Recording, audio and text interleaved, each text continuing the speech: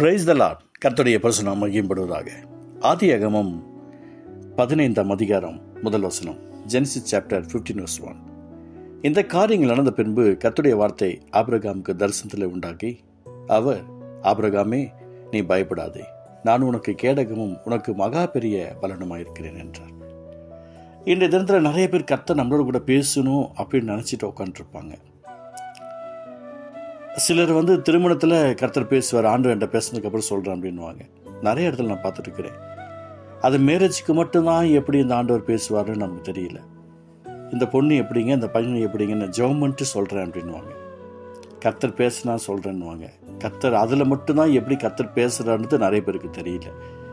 எனக்கு பிரியமானவர்களே, கர்த்தருடைய வார்த்தை ஒரு மனுஷனுக்கு உண்டாகிறது எப்படி அப்படின்னு சொன்னால், இனம், குடும்பம், சொந்தம், மந்தம், முற்றார் உறவினர்களை விட்டு கடந்து வருகிற யாராக இருந்தாலும் அவர்களோட கர்த்தர் பேசுவார். ஆபிரகாமினோட பேசுன்னு சொல்லி கெஞ்சல.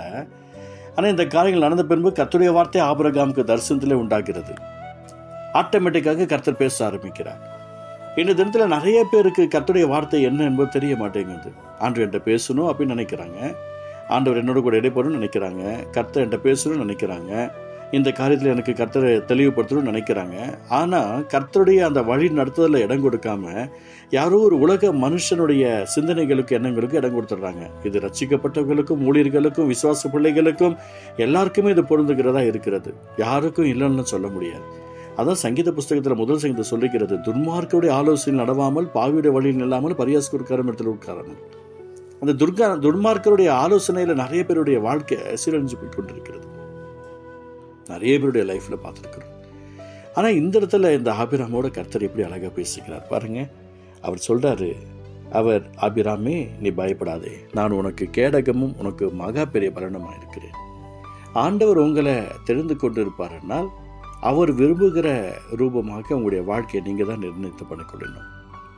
அவர் உங்கள்கிட்ட என்ன எதிர்பார்க்கிறார்? அவருடைய எதிர்பார்ப்புக்கு எதிர்ப்பாக இருக்கிறீர்களா? இல்லை அவர் உங்கள்கிட்ட எதிர்பார்க்கும் போது சந்தோஷமாக அர்ப்பணிக்கிறீங்களா? நிறைய பேர் மனம் போன போக்கில் தான் போய் கொண்டிருக்கிறாங்க. ஒரு மொபைலை தைரியமாக யார்ட்டையும் கொடுக்க முடியல.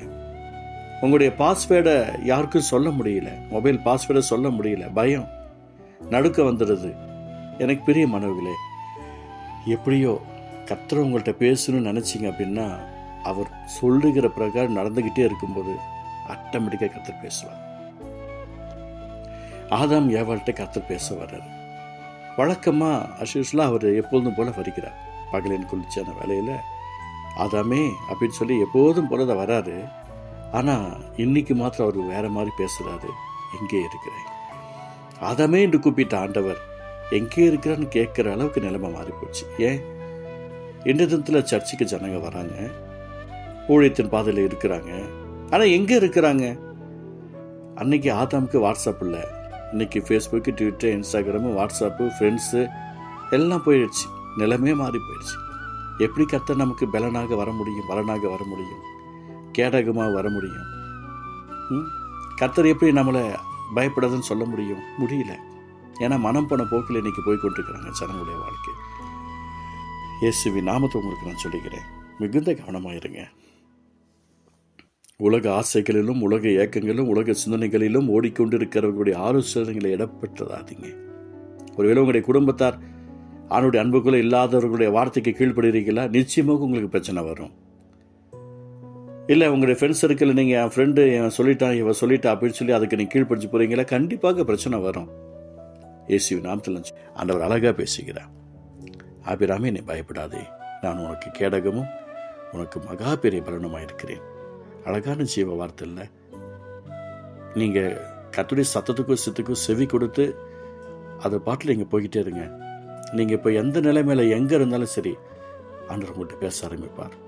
உங்களை பார்த்து சொல்லுவார், நீ பயப்படாதப்பா, இந்த பிரச்சனை கொடுத்து பயப்படாதப்பா, இந்த வியாதி கொடுத்து பயப்படாதப்பா, இந்த நோயை கொடுத்து பயப்படாதப்பா, இந்த கடன் பிரச்சனை கொடுத்து பயப்படாதப்பா, இவங்க பிரச்சனைக்கு வருவாங்கன்னு தானே பயப்படுற, கவலைப்படாத, நான் உங்களுக்கு மகா பெரிய பலனும் கேடகமாக இருக்கிறேன். ஆண்டவர் சொல்கிறார். இத்தனை நாள் எப்படியோ யாரோ ஒரு பேச்சு கேட்டுட்டு வீணா போயிட்டீங்க. இன்னைக்கு மனம் திரும்புவோம். இன்றைய தினத்தில் ஆண்டவருடைய வருகை இருக்கும்னு எங்கே போவோம்? மனம் திரும்புவோம். தேவன் பாதுகாப்பு தருவார். அன்பு தகப்பனே, இந்த வார்த்தை கேட்டுக்கொண்டு ஒவ்வொருத்தருக்கும் விசேஷ ஆசீர்வாதம் உண்டாகட்டும். ஆபிரமோடு நீங்கள் பேசுனீங்களே, என்னை பயப்படணும், உனக்கு கேடகும் உனக்கு மகா பெரிய பலனமாக இருக்குன்னு சொன்னீங்களே. இயேசுவின் நாமத்தினால நீர் ஆசீர்வதிப்பீராக. இயேசு நல்ல பிதாவே. ஆமென், ஆமென்.